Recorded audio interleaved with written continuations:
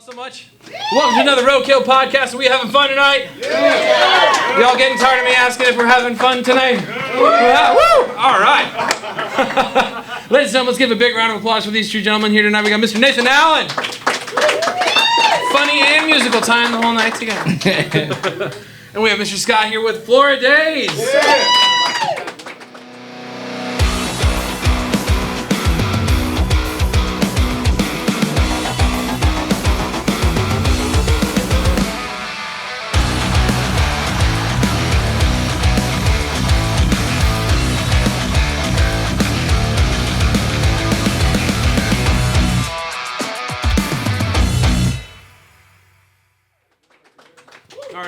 He gets to play next, so you get to see that in a little bit. He's coming up, yeah. I'm sorry. But he's from Eagle Lake. I am from Eagle Lake. Yeah, this is Polk County, fucking been here, done that, left like a smart person. Okay. But here he is. It always brings me back. Okay. You can sing now. I can sing now? Yeah. Don't drive too slowly in Juanita. That's my Eagle Lake song. Don't drive too slowly anywhere in Florida. So, Mr. Nathan, that was you a might wonderful get set. ass-ended. Thank you for your set, buddy. That was an awesome set. Thank you. What's going on over there? But so what inspired you to bring together your comedy and music? Well, long before. So I've only been doing comedy for 2.5 years. I've been a musician since I think like the other guys since about 13 is when I got into it. A lot of failed bands and kind of gave up on that whole dream. And then once I started comedy, a few other musical comics, I'd seen them perform, and I was like, I used to do that in my room, just write goofy songs. And I was like, now that I have a little more life experience, I feel like I could find some fun angles that other musical comedy practitioners are not using. So so I try to add like a different style to it, or I put a lot of time into it, but it's turned into a musical comedy show that I kind of manage the group, but it's myself and 5 other musical comics, and we started a band called Strings Attached Comedy, and we've been headlining around clubs now, and that started 1.5 years ago. That's awesome. So and that group is better band dynamics than anything I've ever really had with regular music, because if anybody that's been in a band, it don't go that way. Yeah, it's just, it's like, well, John did all the cocaine and he's getting all the women too, and it's just like, yeah, I'm a bass player, I'm crying in the corner, it's okay. No one knows my name. Just keep time with the drummer. Right. So the mixture just felt very natural because I've always done it outside of comedy before I ever got on stage to do it, and it just felt right, and I felt like lightning struck, and I was able to figure that out and get the lane. So now I have a better joke structure to certain things for my songs and stuff, but that's where the magic happens. So it's fun. Well, so speaking of the magic happening, you sang in one of your songs that you had a date come to one of your shows and she brought her sugar daddy. yeah. Okay. Can you please tell me more about what happened there? That's what happens. All right. Well, I have no qualms about telling that story because you broke my heart. No, I'm joking. That was a rough night. I've never in my life experienced anything like that. But I had a show. I was waiting for the possibility of her to show up. She wasn't sure because she was telling me I was going out to Applebee's for some martinis with my friends. But friends was a code word for 65-year-old sugar daddy guy. And for whatever reason in her mind, she was like, oh, this is going to be great. I get to see Nate, and I'm going to bring my 65-year-old sugar daddy to meet him, and everything's going to go right. And it didn't. Because, she had texted me that she was here, so I went out to go greet her and everything, and it was, normal boyfriend-girlfriend, thing like that. I'm like, hey, good to see him, whatever. And then all of a sudden, this old guy comes up and he's like got his hand out to shake my hand, and I'm like, dude, I'm kind of in the middle of something with my girl here. And he's like, Are you her dad? he's like, yeah, almost. She didn't have one, that's why she has a sugar daddy. But I had to I shook his hand not knowing who he was, and then the best part about this, and this is why the truth is always funnier than what anybody can write. As we're discussing this, and she was like, oh, this is my friend. Have you ever heard of financial domination? And I was like, no, I haven't. Please explain. She's like, well, he gives me money, and I buy bikinis, and I take pictures of them. But there's no nudes. I never send him nudes. And I swear to God, it couldn't happen any better than this. Right after she says that, she unlocks her phone, and she has it angled to where I can see it. And right as it opens, it's the chat with them, and the same nude that I got that day was in that chat. Now, I'm a comedian. I like a good joke. So I look at her and I just go, what's that? And her response was, she just looks up and she goes, I fucked up. And I'm like, yeah, you did. That night pretty much ended. I tried to be cool and they came in and we had a talk or whatever, but it basically got to the point she was not willing to tell that guy to screw off, because I was like, if you want this to, you want me to be cool about this, he needs to leave right now because you need to be here for me, not with this guy.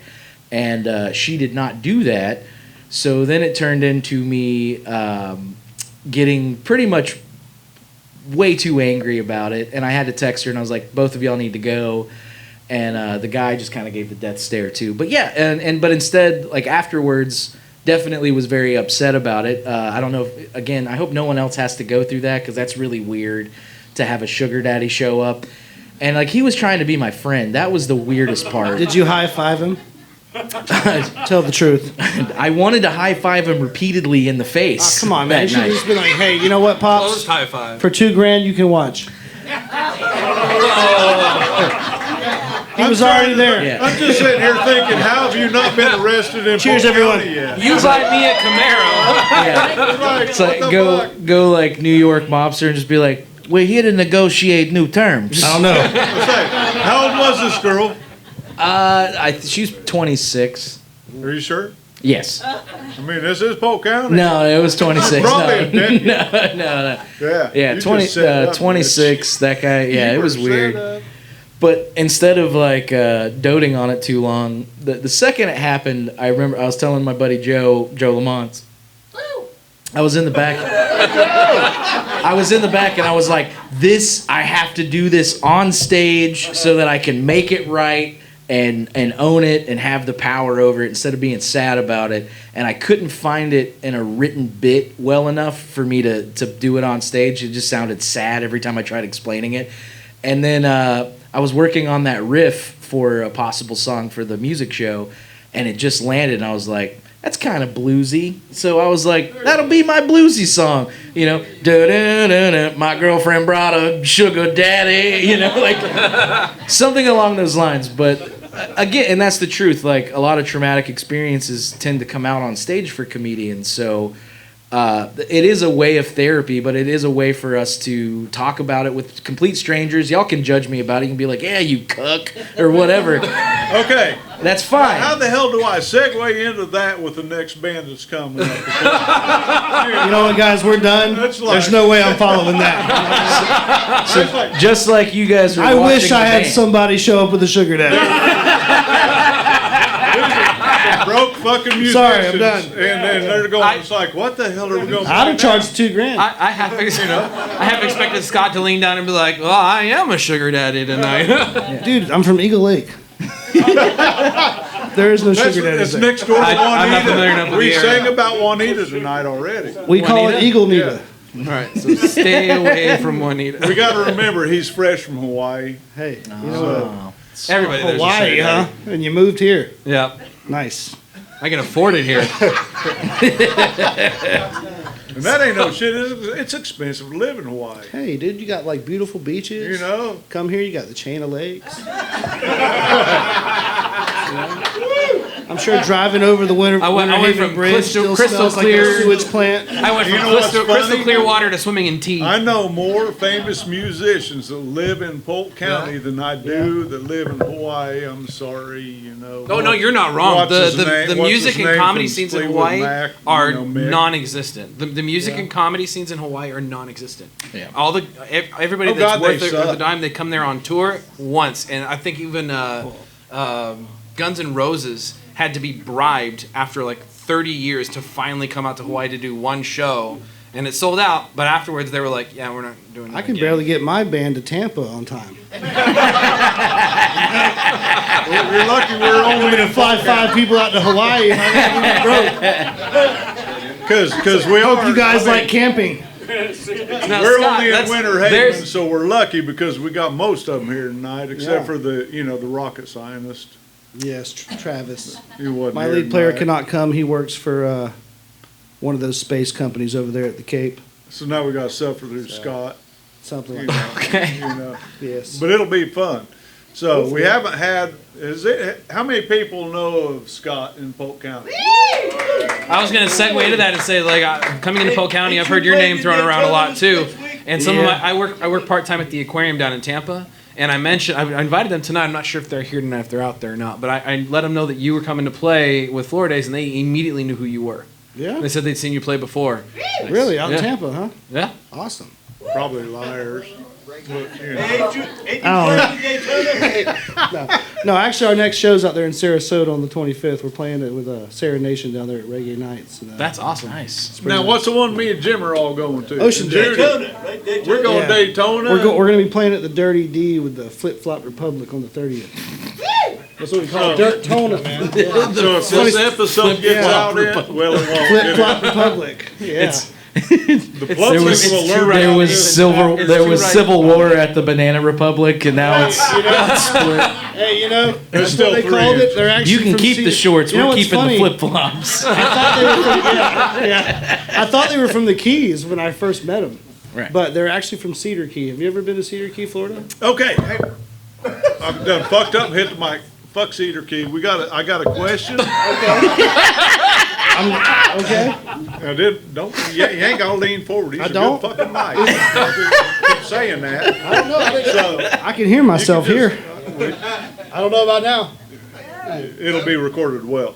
But anyway, I forgot to ask Mike earlier. Okay, there's a rule. Mike, he ain't here. Mike. There's a rule that comedians can't wear shorts on stage. Why is that? That's easy. Well, yeah. Well, for Hey, I'm around a lot of musicians, so I'm asking comedians. Why is that? It's really intrigued me. so for personal reasons, my That's why we have legs this, you know. my legs are so white that it could cause vision damage. No, for the professional, like so Mike Lee's actually a comedy mentor for me. That same pirate western show that he was talking about earlier, that's where I kind of got my start and how I met Mike. But like he instills in everybody here that's been passed at the club, like you don't wear shorts, you need to wear like a nice shirt, be presentable. But there is like a professionalism to it. Like he literally won't let people up on stage if they come in shorts, even for the open mic.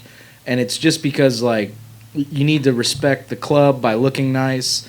It's respectable for yourself because comedy's a lot about your first impression. Like I don't know anybody in here maybe besides Dara.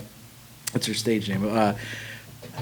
Maybe, I don't know. It's her middle name or something. I don't know. But Dara, I love you, Dara. We went to high school together. And There, Raquel Dealis thing. Something like that. correct. But yeah, like I know Dara, but like you guys don't know me. So if I come up in shorts and flip flops, and I come up like obviously, a lot of comics we tell like dick jokes and fart jokes. That's expected. But if I can at least come up, your first impression of me is like, oh god, I got to listen to this bum now. And I think that kind of translates to the stage. Like even if I look dapper as hell, if I come up and do a dick joke, you're not going to be like, ew. You're just going to be like, okay, this guy might have a funny angle on it at least. So it's all about presentation and that first impression on stage, because you only have 30 seconds to grab a crowd's attention to win them over for the rest of your silly jokes to land. And that's exactly kind of where I was hoping to go with that, because I do think that there is a respectability in the comedy clubs, and it's different than music. I mean, you cannot expect a beach. It's hot. A beach band. I got shorts on right now. I would absolutely. No fucks given. That's why we did the curtain. So you didn't have to look at his nads fucking dangling. Come on, don't flatter me. And the drummers up there, it's like we don't have control. Just try not to look past the drums. He's only wearing shorts in protest of the flip-flop republic. Hey, I was told to wear my hoochie daddy shorts today. They actually get promoted to wear shorts. So, I was told I'd make more money. But I think that's a cool thing with comedy, that it's still, and it's like the 2-drink minimum, everything else we have tonight. It's a comedy club's pretty cool that it has a respectability and it builds people up to go to the next step, just like Jim and Judy are just nodding their head at me over here. They did the same thing with music, and I think it's a respectable, great thing to do, and it's just a point I wanted to bring up tonight, so I'm going to shut up now, and we can end this interview and get Floridian up there to play.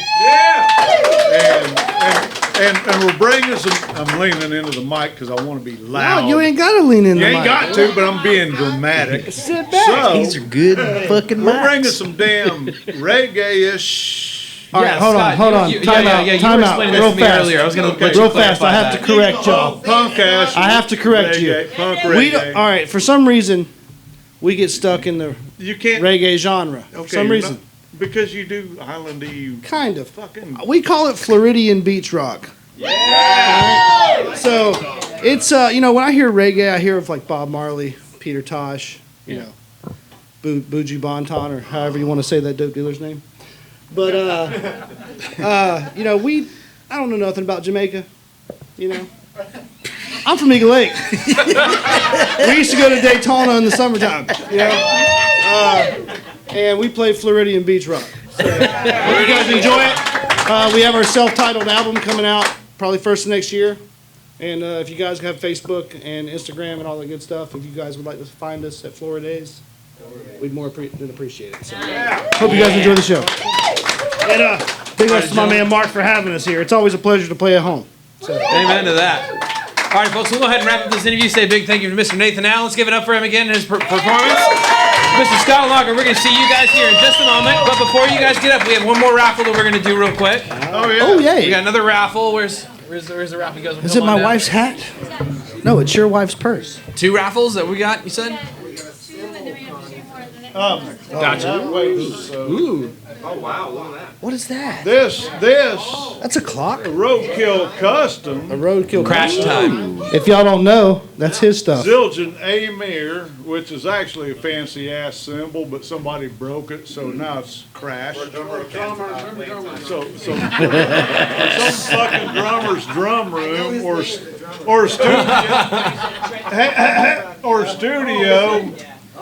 studio. This is a great timepiece to. Hey, Mark, to elaborate on that real quick. I'm sorry I don't mean to interrupt you. Don't rush But I me took out. I took a cymbal class one time from Zildjian, the company, and what I found out at that little class, they had it up there in Daytona at some music store. I sat through it. It was a whole little introduction. And do you know Zildjian cymbals have been made since like ancient Egypt times? That's We when that just stuff gave started. away a 400 Like, I'm talking like- anniversary gift pack. Yeah, like 2,000 years that family's been making cymbals. Wow. Like, honestly, that's just amazing to me. I don't know. I'm not a drummer, but it's shocking. I'm gonna take the cheap shot here. Who won You the could say that 400th family is a real symbol of anniversary drumming. gift pack? Yes. I love dad jokes. This is Shit, I missed this it. is why you're the comedian, Anyway. Nathan, not me. I came to here- crash the party. All right, just for fun, I'll do a celebrity impression and read the ticket. Do Arnold. No, I got a better one. There we Another go. one? Yeah. Awesome. Hello, I'm Morgan Freeman. Tonight's winning ticket is 068011000. Where are you at? 1100 is the last four. 1100. Put it in the light, man. Put it in the light. 1100. This might take. All right. Come and get your clock I gotta give it to you. now. Make sure it's right. Hanging on the wall, you can see what time Even if it it's not, no one else is is. coming Thank you, up. Bubba. So. Yay. Hopefully they don't.